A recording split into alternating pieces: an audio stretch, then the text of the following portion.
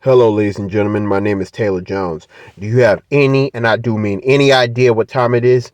If you don't, it's time for you to get prepared for season 7 of Cold Man's Winter!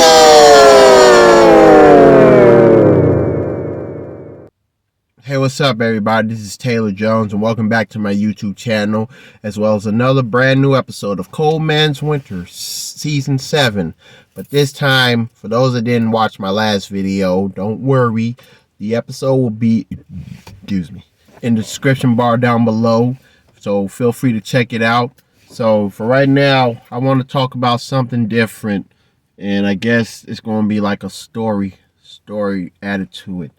And when it comes to real life topics that I talked about and the stories that I brought up based on what the topic is based on, like it's also based on my lifetime experiences, like you always recognize. But the way I do it, based on my real life issues, I tell it in a fictional way and or give examples on how others dealt with it.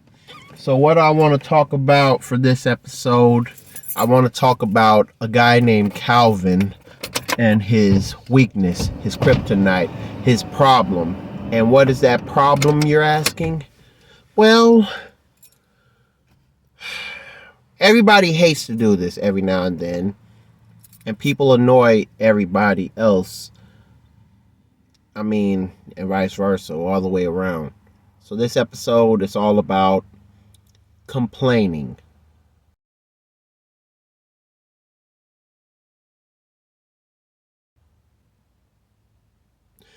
Now, when it comes to complaining, it's like people want to know, like, what's causing me to complain?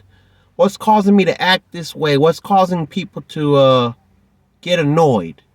Well, to me, the way that it got to my attention, like, why do I do it, is because people don't understand, and that's like you start raising your voice.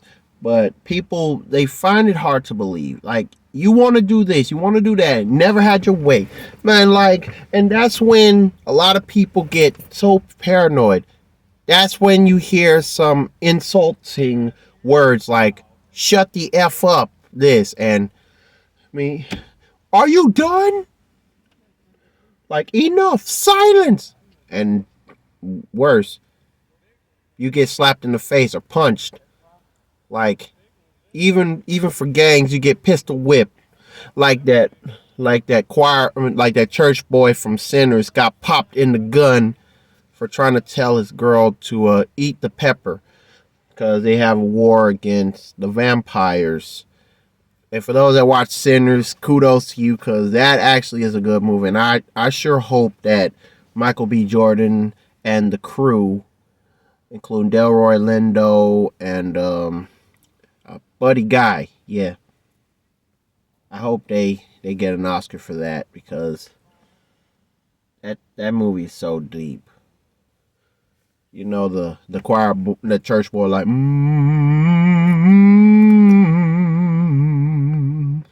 and he sound like Alloy Black when he sing. Oh, also shout out to Ryan Coogler.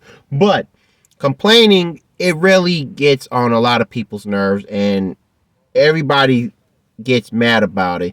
They blame themselves, they get depressed over it, and including me. And like, I remember I brought up my mental health, and like I've started building up depression, and I have to cope with it based on my mental health, because I just think that in the state that I'm in, I'm still getting punked by co-workers and everybody, and they got tired of your bull, and every time you do something wrong, you run your mouth behind people's back. Negro, they can hear you.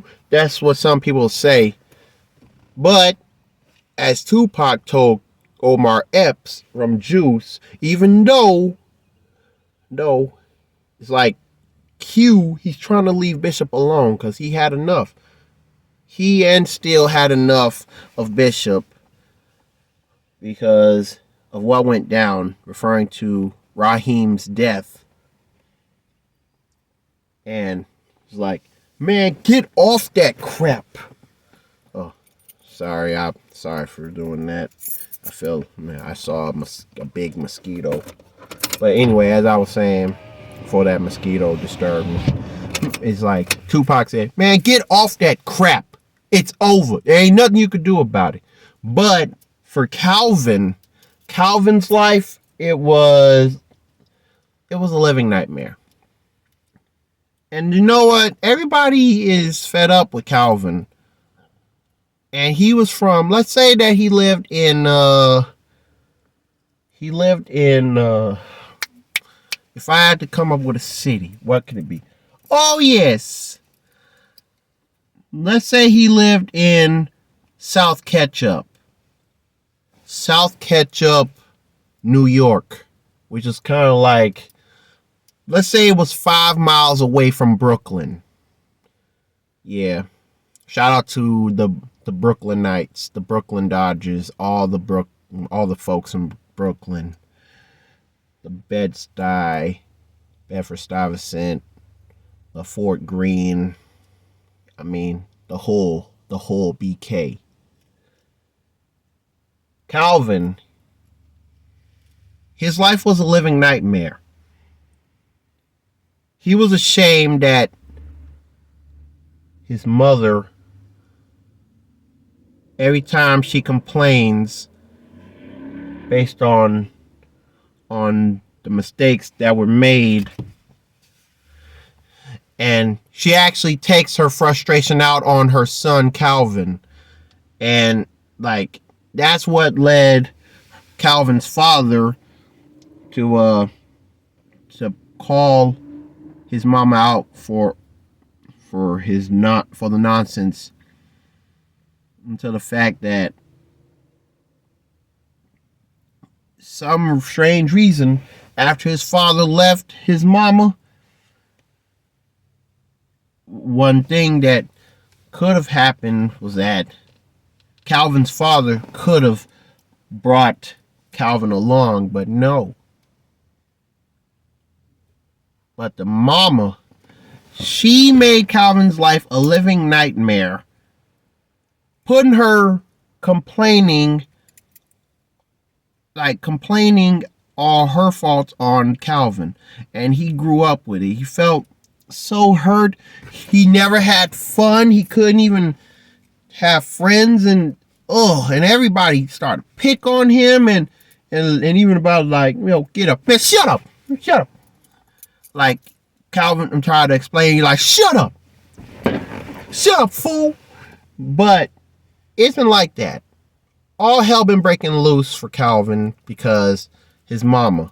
And now he starts to carry that trait for a long period of time, because his father left him behind, because the complaining mother got on his very last nerve. But fully on him that he could have thought of being there for Calvin. But unfortunately, it didn't happen, because, well, let's say that when Calvin was 12, he started to go completely berserk. He started to build up some habits that his mother did.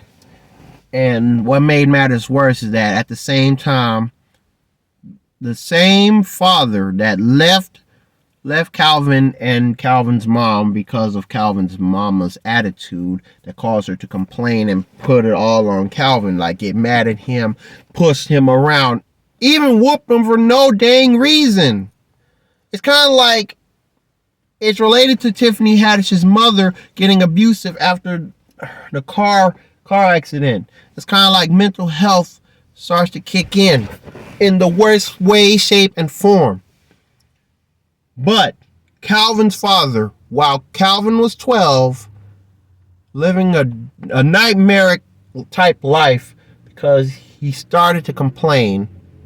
And of course, the same bullies that picked on him when he was a young kid, like from 5 to 10, like elementary days.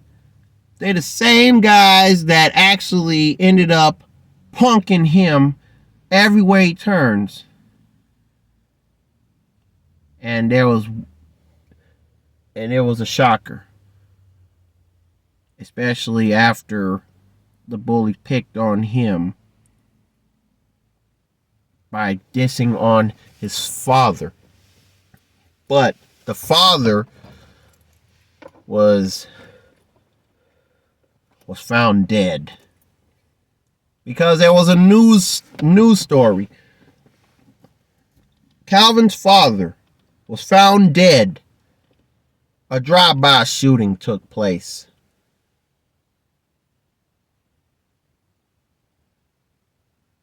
But guess what? Guess who did it? Who pulled the trigger? It was unfortunate that Calvin's mama had revenge on leaving him.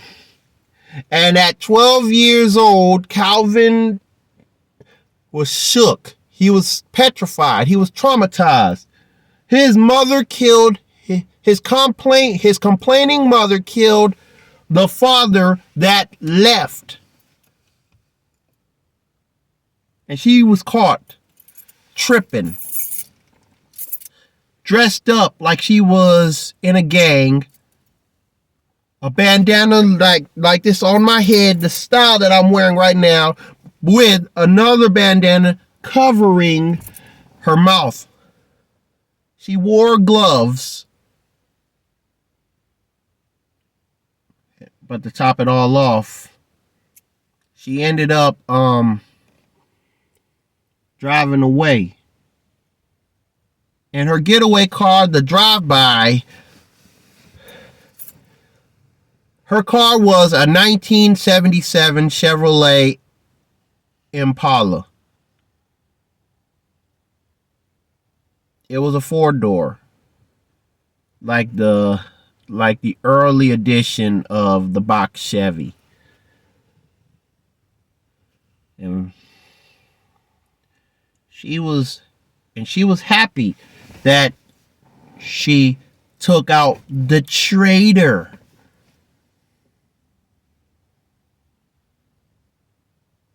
But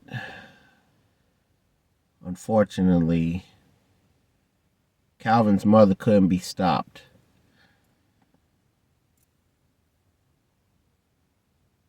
And at 12 years old, Calvin was hurt, still picked on, and he started to complain. Like, how come I don't have friends? How come my mama treats me like dirt? How come I ain't prepared to stand up? But he tried to find a way to calm down. It's kind of like when he complained, he starts getting angrier and angrier and angrier, that at some point there was this one girl that actually got his attention. And she was playing and singing along an old song, the 80s song. And that 80s song happens to be, how'd it go? Oh yes, for those that remember the rap song that the Diddler and Mace did together from the Puff Daddy and the Family No Way Out album. You know, there was a song called It's Like a Jungle Sometimes that made me wonder how I keep from going under. Why you want to take us under? And can nobody take my stride? Can nobody hold me down? Oh no, I got to keep on moving. Well, that young girl, same age as Calvin, 12 years old, was bumping that song, singing along with it. And her name was, let's say that her name was Tiffany. Tiffany and Calvin decided, you know what? maybe I do need a friend. Now is my chance. So one day he decided to, to walk up to her.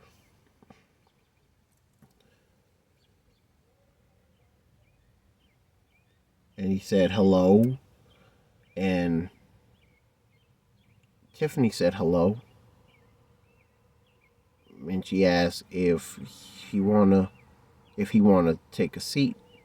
And he did. Like, he was shy because he knew he never had friends in his lifetime. And they explain who they are. I'm Calvin. I am Tiffany.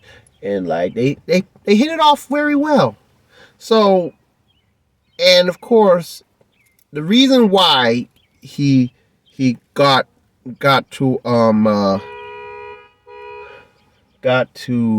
Tiffany, because the song that she been playing is like, she told him that song is actually her favorite uncle's song, and that song helped her get through the day.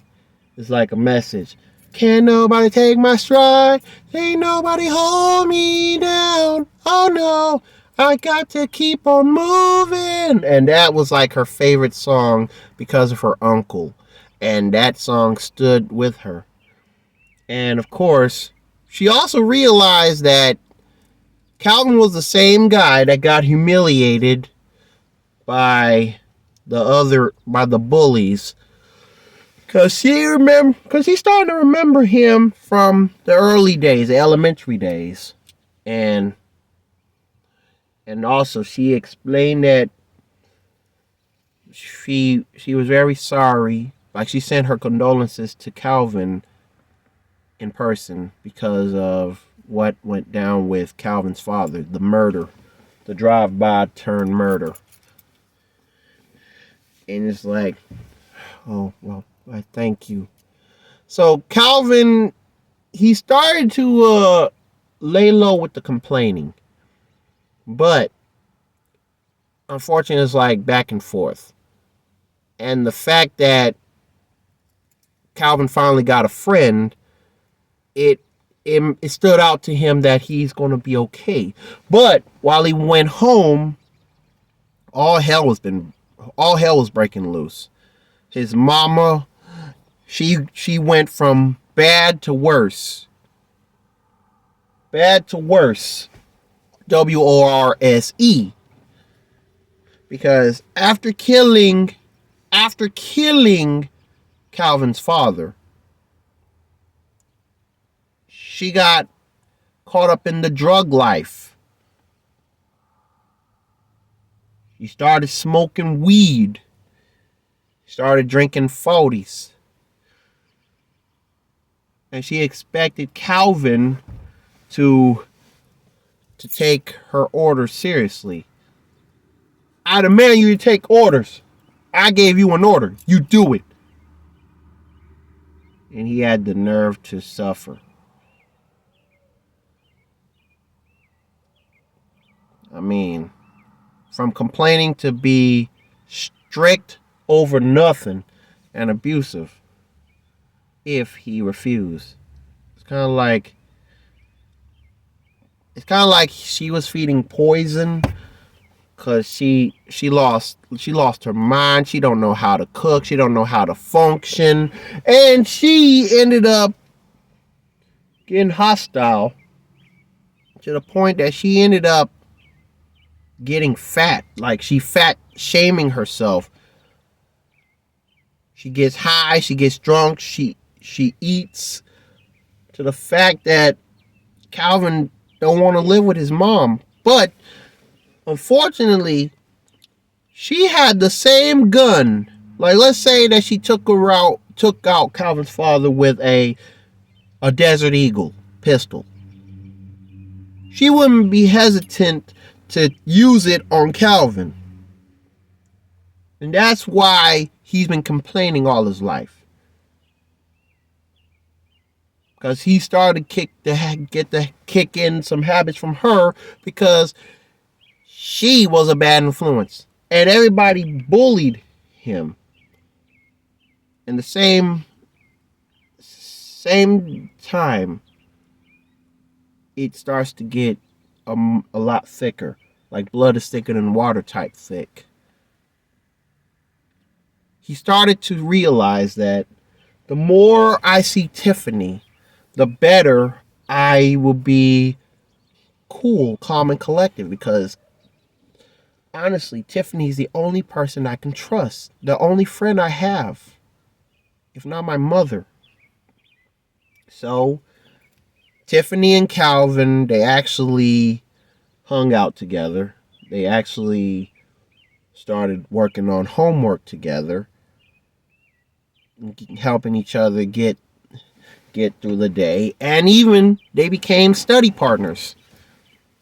Tiffany helped Calvin with some of the questions. Calvin actually found a way to solve Tiffany's problems, like yin and yang. They were close together, and all of a sudden, the bullies that punked him, they caught them tripping. Well, not tripping. They just caught them doing the usual, like come together as one. Hey, hey, stupid! What the heck you up to? And of course, he knew that if he was about to say something, the bully was about to say, "Shut up!" Like the bully's taking it too far. So he kept his mouth shut. Looked at him like, and Tiffany's like, "Get lost, busters. We're studying, and you're not gonna take any notice of this. In other words, you are not gonna run your mouth and make fun of Calvin."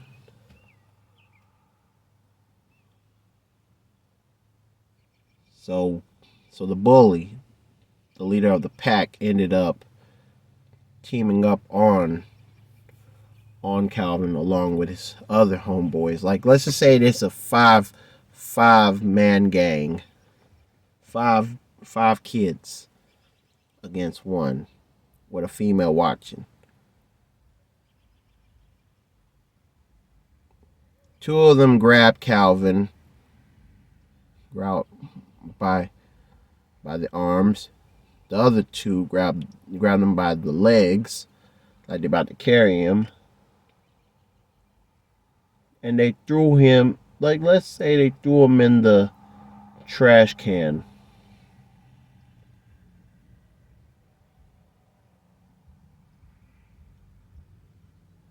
And all of a sudden, Calvin starts to complain. Like, get mad, like, oh, that's it. I'm gonna kick their butt if it's the last thing I do. But failed to realize that the leader of the pack's like,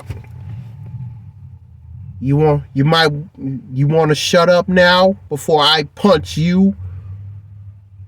Because he was actually there the whole time.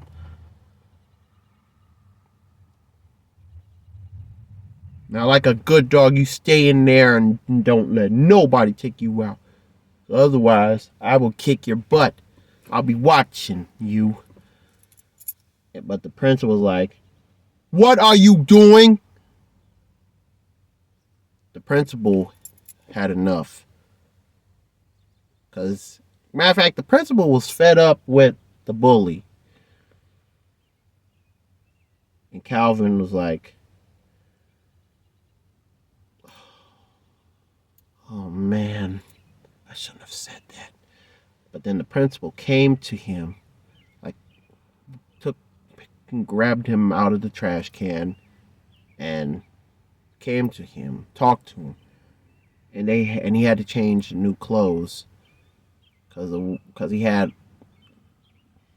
a pair of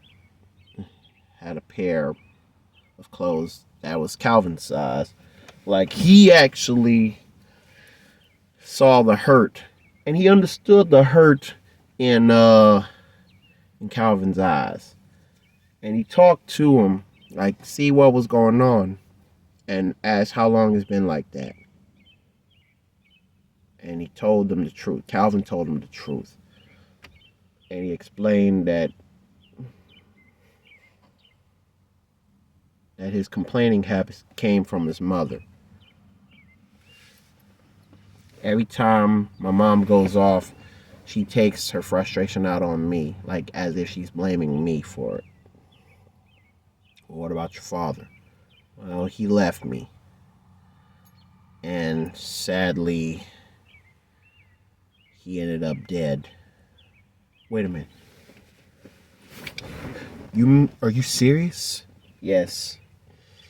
I'm serious about it.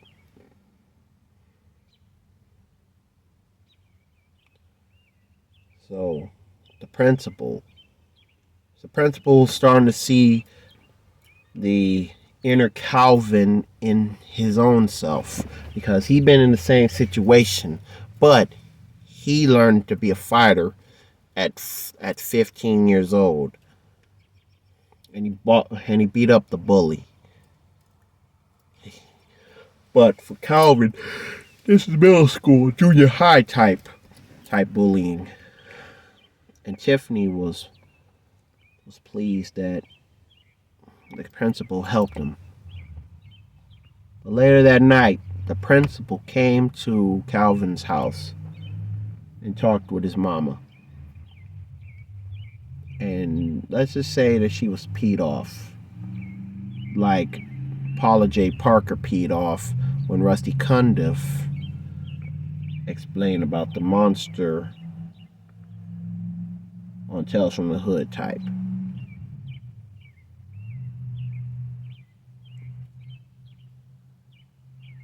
And she did exactly what was meant to be done. Like a jerk that she is, complaining and vulgar. Now let's not forget, she got vulgar. She was about to give them hands to the principal. And the principal was not going to take no for an answer. He was not going to be hesitant to let Calvin's mom punk him. And the fact that she ended up getting her Desert Eagle pistol and tell him to get the F out or else I will take you out. Okay. It's your call. One day you're gonna realize quick that the whole town is gonna turn their backs on you. Just like you already turning your back on your own son. If God saw you do this, what would he say? What would he say? Where would he go? Where would you go from this? What do you learn? Asking simple questions that Calvin's mom don't want to hear, to the fact that she's about to pull the trigger. But instead she didn't, because she realized, based on being fat, grouchy, vulgar, always been abusive, and put the blame on Calvin. Calvin was really shook to see how the principal stood up to his mom, Calvin's mom. And to the fact that the principal cared so much, like he was kind of like the male version of Honey, Miss Honey from Matilda, because it made perfect sense that things are not going completely well. But then Calvin in his room started to realize that it's a must to take a shower, get dressed for bed, and leave his mama alone. But while he was sleeping, he had a dream that when he was when he was getting picked on by the 5 kids, and both Tiffany and the principal were like angels. They scared him away, ran him out, and held Calvin's hand like he's about to fall.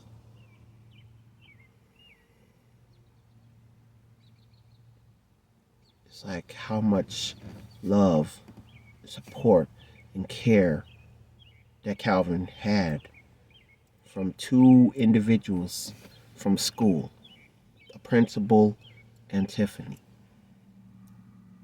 to the fact that he started remembering the song that Tiffany played, and he started to hum it. And like he didn't know the lyrics, but the only thing he remembered was, I got to keep on moving. And that's like he's starting to build up.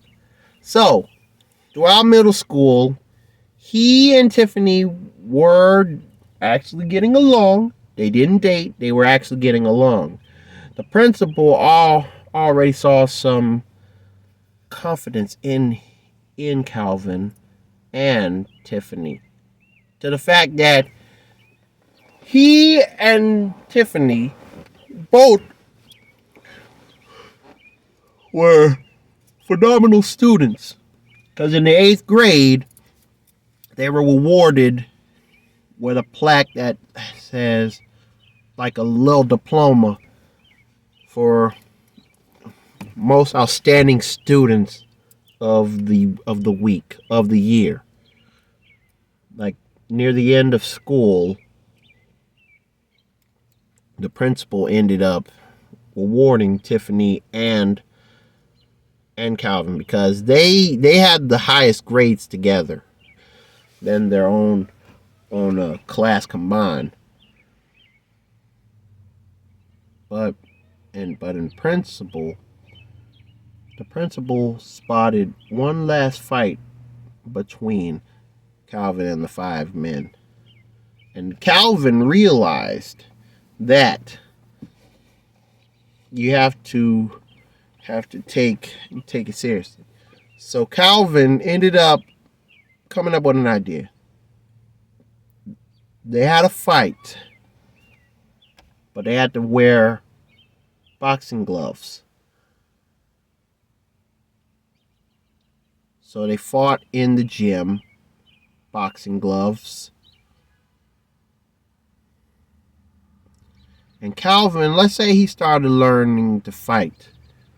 And he did. So the bully threw some punches.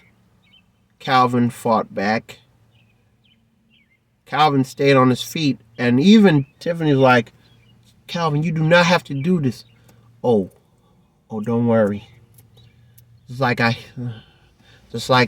saw in my dream. You and the principal are my angels. And besides, like that favorite song, I got to keep on moving.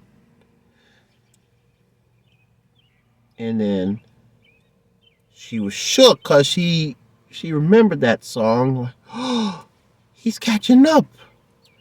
So the principal spotted the whole fight without stopping it.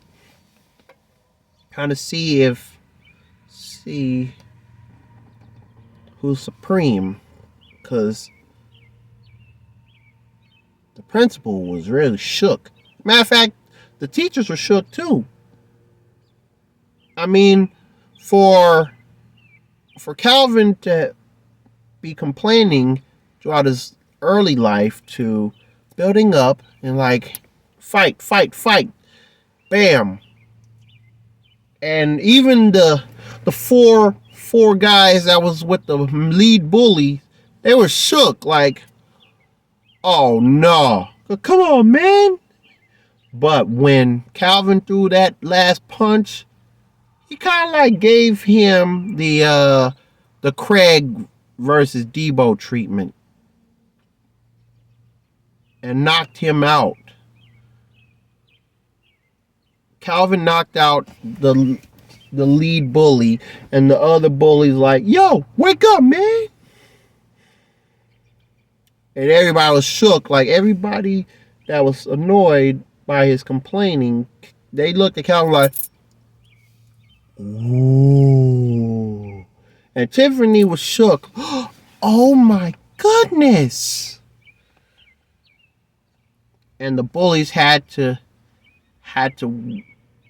pick up the lead bully who was unconscious, and even Calvin's mama realized what went down. She knew about the fight, and she was like, "Oh, are you okay? I heard what happened." "Yeah, I'm fine. I actually knocked him out." And Tiffany and the principal, they were so proud because at the end of 8th grade, the lead bully, after seeing Calvin, he was like, he knew quick to leave Calvin alone. I mean, the other 4 guys from the 5-man crew couldn't let it go, but it's a must that he did. So, did you really think that you were so slick to get away with bullying me? No. You actually wanted to fight me so bad, I decided to train and prepare for a fight. And since he prepared, Calvin made sure to keep on moving. But what about it? What about that? Tiffany actually held his hand, raised it up, for he was a winner. Everybody went from silence to, "Yay! Calvin! Calvin! Calvin! Calvin! Calvin!" Yeah. Calvin got respect at the end of his middle school journey. 8th grade was coming to an end, but on the last day of 8th grade, last day of middle school, the principal actually stopped him from taking the bus route home. And he gave him, as a way to say farewell, because he's no longer in middle school after that day, he gave him a pair of golden gloves, because he purchased it after seeing the fight. He realized that the golden gloves that were passed on to him from his deceased father, he passed it on like Calvin was part of the principal's family. He said, "I am so proud of you. You finally overcame your bullies. But let me tell you, some people will make you complain. And you can annoy them, but at some point you have to learn to fight back. But you can't be seen doing negative things. You have to stay on top of your business. And if you think about complaining, don't. Because once you do, you'll do something stupid. But you have to be very thankful that God is watching, because He can tell you what's right and what's wrong. Or just like you did, like you showed me how far you can go. I will miss you. At the same time, congratulations for standing up. I mean, powerful words of advice from the middle school principal who saw potential in Calvin. And Tiffany, she actually left a spot for him to sit with her at the end of the school year. And all of a sudden, Tiffany started singing, and Calvin started to join along. Like, he joined along, singing the chorus. But then, like, let's just say that they sung the whole song, Tiffany and Calvin. But some of the kids from the school bus that were celebrating that, like, they're free for summer vacation, like, mostly the 8th graders who are free and no longer have to deal with the middle school nonsense because they about to be high schoolers in the up and coming fall school year. They actually joined. Can't nobody take my stride. Can't nobody hold me down. Oh no, I got to keep on moving. Ain't nobody take my stride. Ain't nothing gonna hold us back. Oh no, I got to keep on moving. But they switched from I got to keep on moving to we got to keep on moving because it's more than one person singing that song. So at the end, after getting dropped off at his house, Tiffany actually kissed him on the cheek. Can't wait to see you in high school. Can't wait to see you. And the mama was so proud when she saw the golden gloves that the principal gave to him. Because she knew at some point she's going to have to accept the wrongs in her life. And let's just say that she decided to apologize based on all the hardships that she's been facing and putting all her complaining on him, Calvin, to doing something negative that will scar Calvin for the rest of his life. But it's best to tell him the truth. So, how will life turn out for Calvin in high school? And is he 100% complaint free, or will there be more damages, more hardships that he has to face, leading to the point where he has no control of his anger? Because this is a tough situation we're facing, especially when we're doing things that we don't know that we're doing, and people try to call us out for it because it annoys them. It's really getting out of hand. It's wrong. It's over the top.